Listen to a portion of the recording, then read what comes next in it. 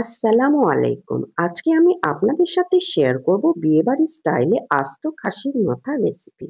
এই আস্ত খাসির মাথা আমাদের এলাকায় বিয়েবাড়ির মতো বড় অনুষ্ঠানে বয়োজ্যেষ্ঠ ব্যক্তিদের আপ্যায়নের জন্য তৈরি করা হয়। আবার নতুন জামাই আপ্যায়নেও এই আস্ত খাসির মাথা তৈরি করা হয়।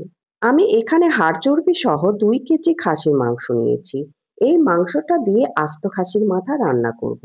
আস্ত খাসির মাথা শুধু শুধু রান্না করলে এটা রান্না ভালো হবে না। বিয়ে বাড়িতে সাধারণত বেশি মাংসের সাথে এই আস্ত খাসির মাথাটা রান্না করা হয় আর এটা খেতেও ভীষণ মজা হয়। এখানে আমি একটা আস্ত খাসির মাথা নিয়েছি। এটাকে খুব ভালোভাবে ধুয়ে নিয়েছি। এবার আমি একটা সুতা দিয়ে মাথাটাকে ভালো করে বেঁধে নিব। এতে করে মাথার মগজটা বের হয়ে যাবে না আর রান্নাটাও সুবিধা হবে। আমি মাথাটা ভালো করে বেঁধে নিয়েছি। এবার মাথাটা একপাশে রেখে দিব। তারপর মাংসের সাথে মশলাপাতি অ্যাড করব।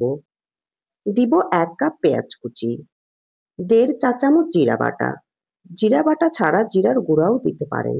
দিব ২ টেবিল চামচ আদা রসুন বাটা, ১ চা চামচ ধনিয়া গুঁড়া, হাফ চা চামচ গরম মশলার গুঁড়া, ২ টেবিল চামচ লাল মরিচের গুঁড়া, ১ চা চামচ হলুদ, ২ চা চামচ লবণ, ৬টা ছোট এলাচ, ২টা বড় এলাচ, ৩-৪ টুকরো দারুচিনি, ৮-১০টা লবঙ্গ, ৮-১০টা গোলমরিচ, একটা জয়ত্রী থেকে এই পরিমাণ নিয়েছি, এটা ভেঙেও এর সাথে দিয়ে দিব।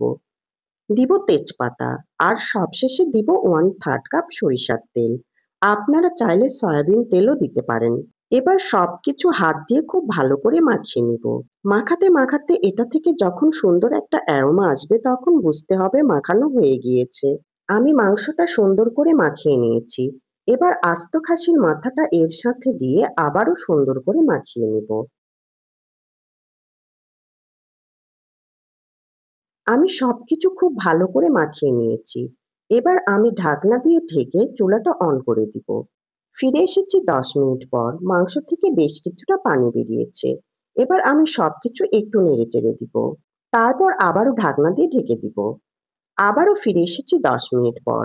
মাংসের পানিটা প্রায় শুকিয়ে গিয়েছে। এবার আমি মাংসটা নেড়েচেড়ে ভালো করে কষিয়ে নিব। মাংস কষানো যত ভালো হবে এটা খেতেও তত মজা হবে। আর মাংস কষানো ভালো হলে আস্ত খাসির মাথার ভেতরও মশলাপাতি খুব ভালো করে ঢুকবে। মাংসটা কষানো হয়ে গিয়েছে। আর কষাতে কষাতে মাংসটা অর্ধেকটা সিদ্ধ হয়ে গিয়েছে। আর বাকি অর্ধেকটা সিদ্ধ করার জন্য আমি এখানে একটু গরম পানি অ্যাড করব। তারপর সবকিছু নেড়েচেড়ে মিশিয়ে নিব। এর সাথে আমি ৫টা আস্ত রসুন দিব। মাংসের সাথে রসুন আমার খুব ভালো লাগে। সবকিছু মিশিয়ে নিয়ে আবারও ঢাকনা দিয়ে ঢেকে দিব। ফিরে এসেছি ০.৫ ঘন্টা পর। এর মাঝে আমি কয়েকবার মাংসটা নেড়েচেড়ে দিয়েছি। মাংসের পানিটা প্রায় শুকিয়ে এসেছে আর মাংসটাও খুব ভালোভাবে সিদ্ধ হয়ে গিয়েছে। এবার মাংসটাকে আমি একটু কষিয়ে নিব। তারপর এর সাথে দিব হাফ চা চামচ ভাজা জিরার গুঁড়া, যেটা দেবার ফলে এই মাংসের স্বাদ অনেক গুণ বেড়ে যাবে। এবার আস্ত খাসির মাথা সহ মাংসটাকে খুব ভালো করে কষিয়ে নিব। এতে করে খাসির মাথার ভেতর মশলাপাতি ভালো করে ঢুকবে। কষানো ভালো না হলে খাসির মাংস থেকে একটা বাজে গন্ধ আসে। মাংসটা কষানো হয়ে গিয়েছে। এর সাথে সাথে আমার আস্ত খাসির মাথা রান্না হয়ে গিয়েছে। আমাদের এলাকায় বিয়ে বাড়িতে এই আস্ত খাসির মাথাটা কিন্তু থাকতেই হবে। আমার রেসিপিটা যদি ভালো লেগে থাকে প্লিজ একটা লাইক করবেন আর এরকম আরো মজার মজার রেসিপি পেতে আমার চ্যানেলটা সাবস্ক্রাইব করবেন আর আমার পেজটাকেও ফলো করে আমার পাশে থাকবেন। আপনারা সবাই ভালো থাকবেন। আল্লাহ হাফেজ।